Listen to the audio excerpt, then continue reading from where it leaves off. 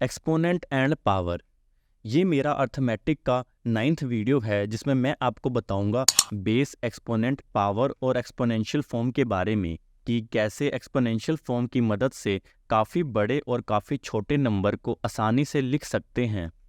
Exponent का use कैसे करना है और एक्सपोनेंट के 8 नियम कौन से हैं, और लास्ट में मैं किसी भी बहुत बड़े नंबर और बहुत छोटे नंबर को स्टैंडर्ड फॉर्म में कैसे लिखना है ये बताऊंगा। हमने क्लास 1 से 5 में नंबर्स के बारे में काफ़ी पढ़ा था। दिक्कत तो तब आ जाती है जब नंबर काफ़ी बड़े हो जाएं, जैसे ये। इस केस में इसे रीड कर पाना थोड़ा टफ है, इसे इस ढंग से लिखना भी अजीब है। तो हमने इस तरह के नंबर्स को लिखने के लिए एक तरीका बनाया है जिसे एक्सपोनेंट और पावर कहते हैं। एक्सपोनेंट और पावर का इस्तेमाल किया जाता है बड़े बड़े नंबर्स को छोटे फॉर्म में लिखने के लिए। जैसे ये 1 करोड़ लिखा हुआ है, इसे लिख सकते हैं 10 इंटू 10 इंटू 10 7 बार, और शॉर्ट में बोले तो 10 की पावर 7, यानी 10 कितनी बार? 7 बार, मतलब वो 1 करोड़ ही है।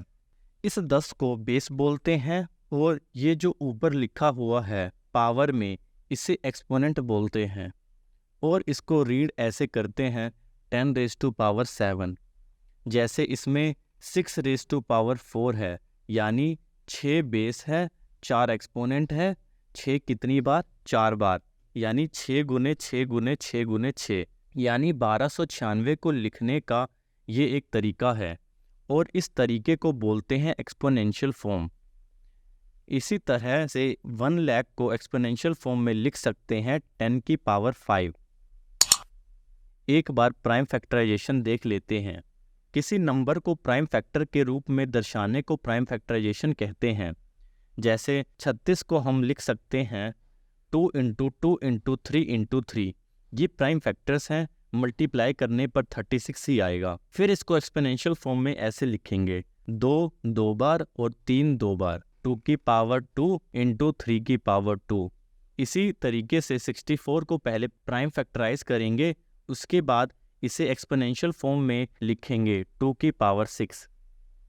जैसे 225 का प्राइम फैक्टराइजेशन करने के लिए सबसे पहले छोटे नंबर 3 से डिवाइड करेंगे, फिर दोबारा 3 से, फिर 25 आएगा, तो अब 5 से करेंगे और लास्ट में फिर 5 से करेंगे तो 1 आएगा। तो 225 का प्राइम फैक्टराइजेशन होगा 3 into 3 into 5 into 5। Exponential form में 3 की पावर 2 इंटू 5 की पावर 2।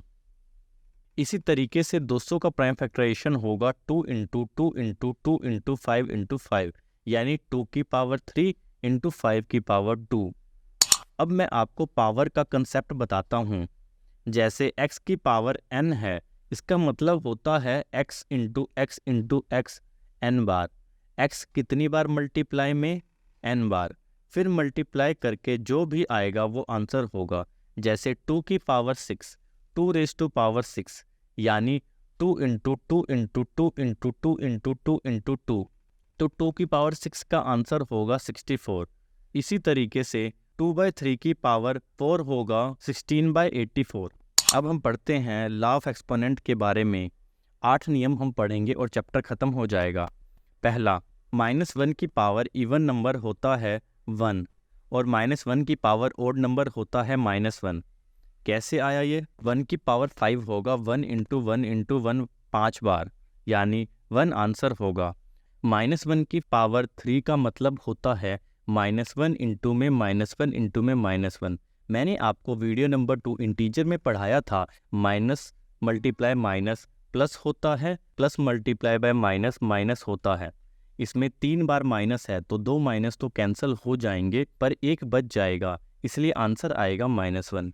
-1 की पावर 4, इसमें आंसर होगा 1, क्योंकि माइनस 4 बार है।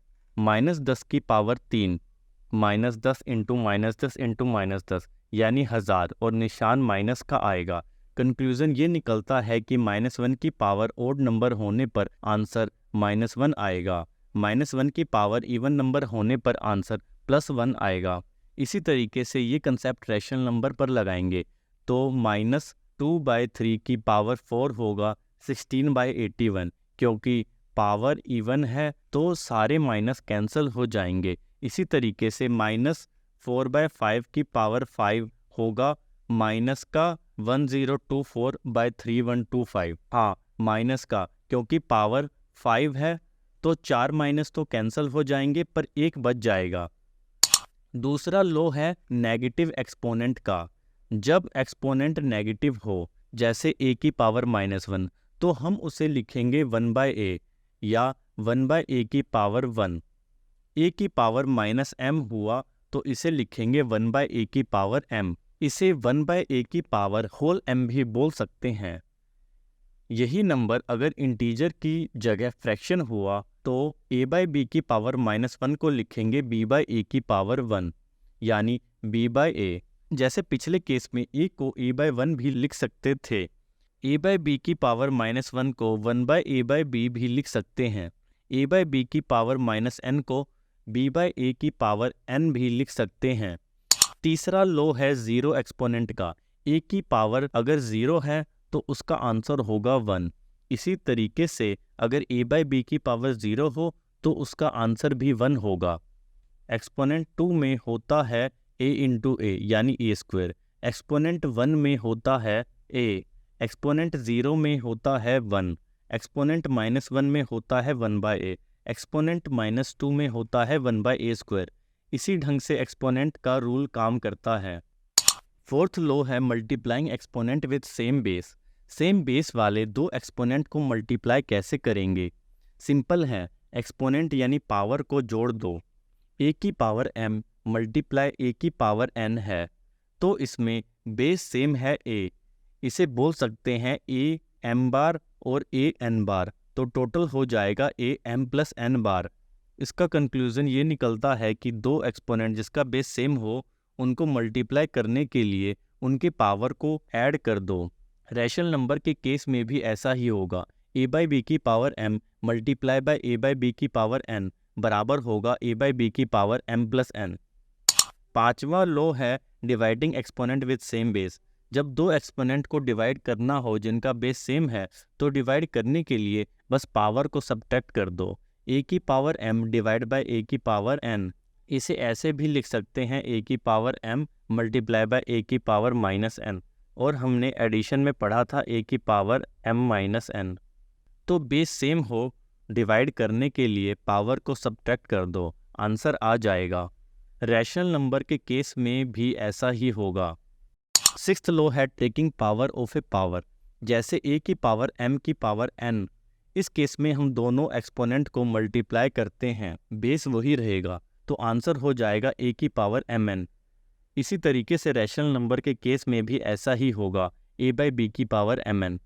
सेवंथ लॉ है multiplying power with same exponent, यानी एक्सपोनेंशियल फॉर्म या पावर का बेस अलग अलग हो लेकिन एक्सपोनेंट सेम हो। इस केस में बेस को आपस में मल्टीप्लाई करके एक्सपोनेंट को सेम रखते हुए आंसर देंगे। जैसे a की power m multiply by b की पावर m होगा a इंटू b की पावर m।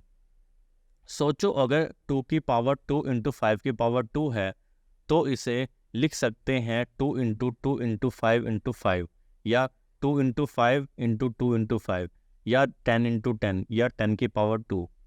रैशनल नंबर के केस में भी ऐसा ही करेंगे। a/b की पावर n इंटू c/d की पावर n बराबर होगा a/b इंटू c/d की पावर होल n, यानी इसमें बेस मल्टीप्लाई हुआ है 2 इंटू 5 पावर सेम होने पर। इसी तरीके से आठवां लॉ है dividing power with same exponent. Exponent same हो, बेस अलग अलग हो और दोनों को डिवाइड करना हो तो दोनों के बेस को डिवाइड कर दो और एक्सपोनेंट सेम वही लिख दो, a की power m divided by a की पावर n। तो इसका आंसर होगा a की power m divided by b की पावर m। तो इसका आंसर होगा a/b की पावर m। रैशनल नंबर के केस में भी ऐसा ही करेंगे। एक्सपोनेंट एंड पावर का यूज़ किया जाता है काफ़ी बड़े नंबर और काफ़ी छोटे नंबर को ईजिली लिखने के लिए। जैसे 1,40,000 को लिख सकते हैं 1.4 इंटू 10 की पावर 5। कैसे आया ये? 1,40,000 को लिख सकते हैं 14 गुने 10,000 यानी 14 गुने 10 की पावर 4 यानी 1.4 इंटू 10 इंटू 10 की पावर 4, 10 की पावर 4 इंटू 10 की पावर 1 यानी 10 की पावर 5, यानी ये हो जाएगा 1.4 इंटू 10 की पावर 5। इसी तरीके से 1536 करोड़ को लिख सकते हैं 1.36 इंटू 10 की पावर 10।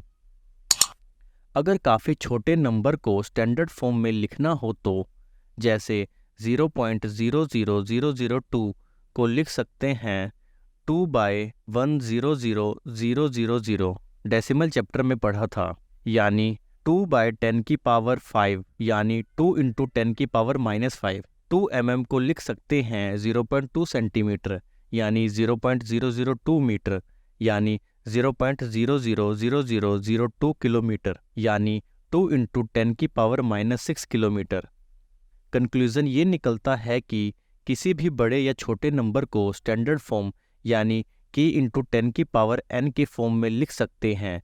k की वैल्यू 1 से 10 के बीच में और n की वैल्यू पॉजिटिव या नेगेटिव हो सकती है। तो हमने 4 स्क्वायर पढ़ लिया, 4 की पावर -2 पढ़ लिया, 4 की पावर 0 पढ़ लिया, लेकिन 4 की पावर 1/2 नहीं पढ़ा, जिसे हम अगली वीडियो में पढ़ेंगे, जिसे स्क्वायर रूट क्यूब रूट कहते हैं। तो मिलते हैं अगली वीडियो में।